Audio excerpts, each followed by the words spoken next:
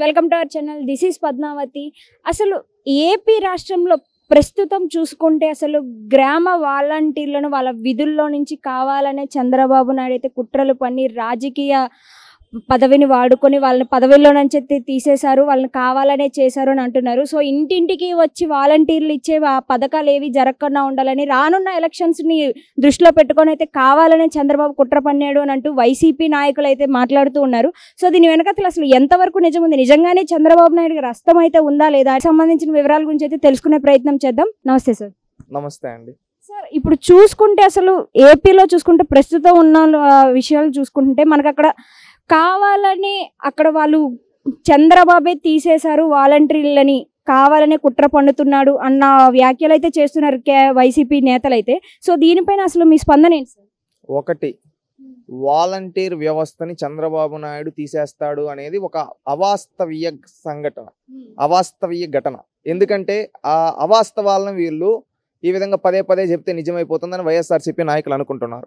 ఈరోజు ఆంధ్రప్రదేశ్ రాష్ట్రంలో ఉండే వాలంటీర్లే జగన్మోహన్ రెడ్డి గారికి పాడి కట్టడానికి సిద్ధంగా ఉన్నారు.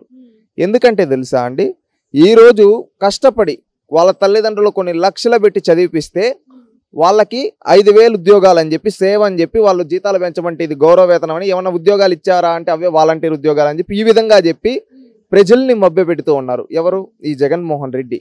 ఈ విధంగా ఒక వ్యవస్థను పెట్టుకొని, వాలంటీర్ అనే వ్యవస్థను తన రాజకీయ స్వార్థాల కోసం ఇన్ని రోజులు వాళ్ళని వాడుకున్నాడు. వాళ్ళు ఇప్పుడు రియలైజ్ అవుతూ ఉన్నారు. ఏమని రియలైజ్ అవుతూ ఉన్నారు? రే, జగన్మోహన్ రెడ్డి మనకేదో మేలు చేస్తాడు అనుకుంటే మనల్ని 5,000 జీతంకి పరిమితం చేశాడ్రా, అతనేమో లక్షల కోట్లు దోచుకు తింటూ ఉన్నాడు. ఇలాంటి వ్యక్తికి మనం ఓటేయాలా? మనం ఓటేయకూడదు, ఇతన్ని ఎట్టైనా ఓడిద్దామని ఈరోజు వాలంటీర్లు సిద్ధంగా ఉన్నారు. ఇది గ్రహించి ఈరోజు వృద్ధుల చేత వాలంటీర్లు ఈ విధంగా ఆపించారని వీళ్ళలో ఒక సానుభూతి కోసం ఈ విధంగా ఒక డ్రామా ఆడుతూ ఉన్నాడు Jaganmohan Reddy. Election commission of India ఏమని చెప్పింది క్లారిటీగా? ఇక్కడ ఎన్నికల విధుల్లో వాలంటీర్లు ఉండకూడదు, వాళ్ళని ఎన్నికల విధుల్లో నుంచి మాత్రమే తప్పించండి, మిగతా దానికి ప్రత్యామ్నాయం ఏర్పాటు చేసుకోండి కోడ్ ఆఫ్ కండక్ట్ ఇచ్చిన రోజే చెప్పారు. కోడ్ ఆఫ్ కండక్ట్ మార్చి 20 అప్పుడు వచ్చింది, 15 రోజుల పైన ఉంది. జగన్మోహన్ రెడ్డి గారు ఈ రోజుకి 14 రోజుల దాకా అవుతుంది. జగన్మోహన్ రెడ్డి గారు ప్రత్యామ్నాయం ఎందుకు ఏర్పాటు చేసుకోలేదు ఈ 10 రోజుల్లో? దీనికి సమాధానం చెప్పమనండి. ఆయన కావాలని కుట్రపూరితంగా ఆపాడు. రెండోది, నిధులు దారి మళ్లించాడు. ఏంటంటే పెన్షన్కి వీళ్ళకి ఇవ్వాలని ఇన్ని నిధులు అని ఉంటాయి. ఆ నిధుల్ని వాళ్ళ కాంట్రాక్టర్ల కోసం పెద్దిరెడ్డి రామచంద్రారెడ్డి, రవీంద్రనాథ్ రెడ్డి, అదేవిధంగా వైఎస్ అవినాష్ రెడ్డికి సంబంధించి సిరిడి ఎలక్ట్రికల్ వీటికి సంబంధించి వీటి వరకు నిధులు దారి మళ్లించాడు. అంటే ఈ విధంగా దారి మళ్లించి ఈ నిధుల్ని వాళ్ళ కాంట్రాక్టర్లకు ఇచ్చుకున్నాడు, పేదవాళ్ళకి పెన్షన్ ఇవ్వనీయకుండా ఈ విధంగా చేశాడు. మళ్ళీ ఇంకొకటి ఏంటంటే ఇక్కడ జగన్మోహన్ రెడ్డి గారు వాలంటీర్ల పైన ఆయనే విషయం చెప్పారు, వాళ్ళపైన వాళ్ళ నాయకులు బలవంతంగా రాజీనామాలు చేయండి అని చెప్తూ ఉన్నారు. అంటే ఇక్కడ మీరు ఒక్కటి ఆలోచించండి, జగన్మోహన్ రెడ్డి డ్రామా స్టార్ట్ చేస్తాడు, ఆయనే డ్రామాలో ఇదంతా ప్రత్యర్థుల పైన దుమ్ము జల్లుతాడు. ఇక్కడ తెలుగుదేశం పార్టీ స్టాండ్ ఏంటంటే, తెలుగుదేశం పార్టీ చెప్పింది క్లారిటీగా, వాలంటీర్లకు మేము వ్యతిరేకం కాదు. రేపు తెలుగుదేశం పార్టీ అధికారంలోకి వచ్చిన తర్వాత వాలంటీర్లకి గౌరవప్రదమైన ఉద్యోగం కల్పిస్తూ, అదేవిధంగా వాళ్ళని 20 నుంచి 25,000 సంపాదించుకునే స్థాయికి వాళ్ళని తీర్చిదిద్దుతామని చెప్పి చంద్రబాబు నాయుడు గారు, లోకేష్ గారు క్లారిటీగా చెప్పడం జరిగింది.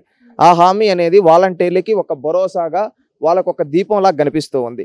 ఇది చూసి జగన్మోహన్ రెడ్డి గారు తట్టుకోలేక ఈ విధంగా విష ప్రచారాలకి తెరదీశాడు. రెండోది, పెన్షన్దారులకి ఒకప్పుడు చంద్రబాబు నాయుడు గారు 200 ఉన్న పెన్షన్ 1,000 రూపాయలు చేశాడు, మళ్ళీ 1,000 రూపాయల నుంచి 2,000 చేశాడు. అది 1వ తారీఖు అంతా ప్రతి ఒక్క ముసలి వాళ్ళకి ఇచ్చేవాడు. మళ్ళీ ఇప్పుడు జగన్మోహన్ రెడ్డి ఫస్ట్ 3,000 ఇస్తా అన్నాడు. ఆ 3,000 ఇవ్వకుండా ఎవరిని, వృద్ధుల్ని, వీళ్ళందరినీ మోసం చేశాడు.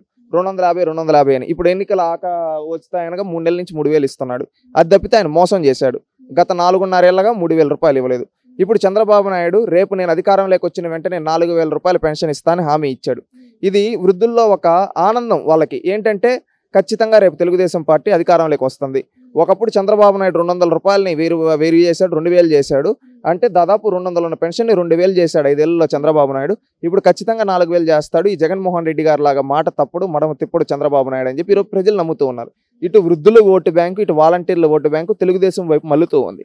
ఇది చూసి ఎట్రైనా ఒక కుట్ర పన్ని దీన్ని ఆపాలనే దురుద్దేశంతో ఈ విధంగా విష ప్రచారాలు తీస్తూ ఇటు వాలంటీర్లను డైలమాల్లోకి పంపిస్తూ వాళ్ళ జీవితాలను నాశనం చేస్తూ అదేవిధంగా వృద్ధులకు పెన్షన్ ఇవ్వకుండా కావాలని కుట్రపూరితంగా ఏమంటే పెన్షన్లకు ఇవ్వాల్సిన నిధులన్నింటినీ దారి మళ్లించి వాళ్ళ పెత్తందారులకి అంటే వాళ్ళ చుట్టుపక్కల ఉండే రెడ్లకి ఇచ్చుకుంటూ ఉన్నాడు. దీనివల్ల నష్టపోయింది ఎవరు? పేదవాళ్ళు.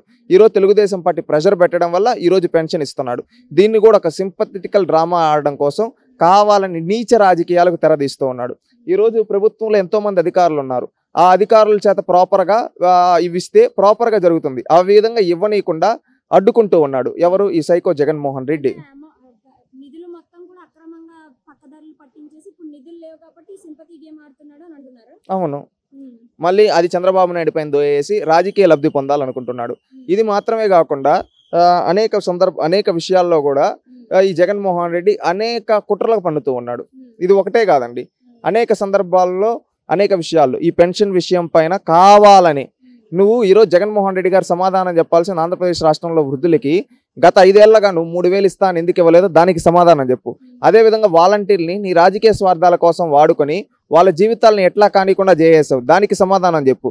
ఈరోజు నీకు చిత్తశుద్ధి ఉంటే వీటన్నిటికీ సమాధానాలు చెప్పు. వీటన్నిటికీ సమాధానాలు చెప్పలేక ఈరోజు చంద్రబాబు నాయుడు గారి పైన విషయం చెమ్ముతున్నాడు. ఈరోజు ఆంధ్రప్రదేశ్ రాష్ట్రంలో ఉండే ప్రతి ఒక్క వాలంటీర్ అనుకుంటున్నాడు, ఎందుకంటే చంద్రబాబు నాయుడు వస్తే నాకు గౌరవం వస్తుంది, చంద్రబాబు నాయుడు వస్తే నాకు గుర్తింపు వస్తుంది, చంద్రబాబు నాయుడు వస్తే మాకు ఉన్నతమైన పదవిలో పెడతాడు, అదేవిధంగా మాకు గౌరవమైన సమాజంలో గౌరవం కల్పిస్తాడు, అదేవిధంగా ఒక గౌరవ వేతనం ఇస్తాడు. 20-25 వేలు అంటే ఒక కుటుంబాన్ని నడిపేదానికి ఈజీగా ఉంటుంది.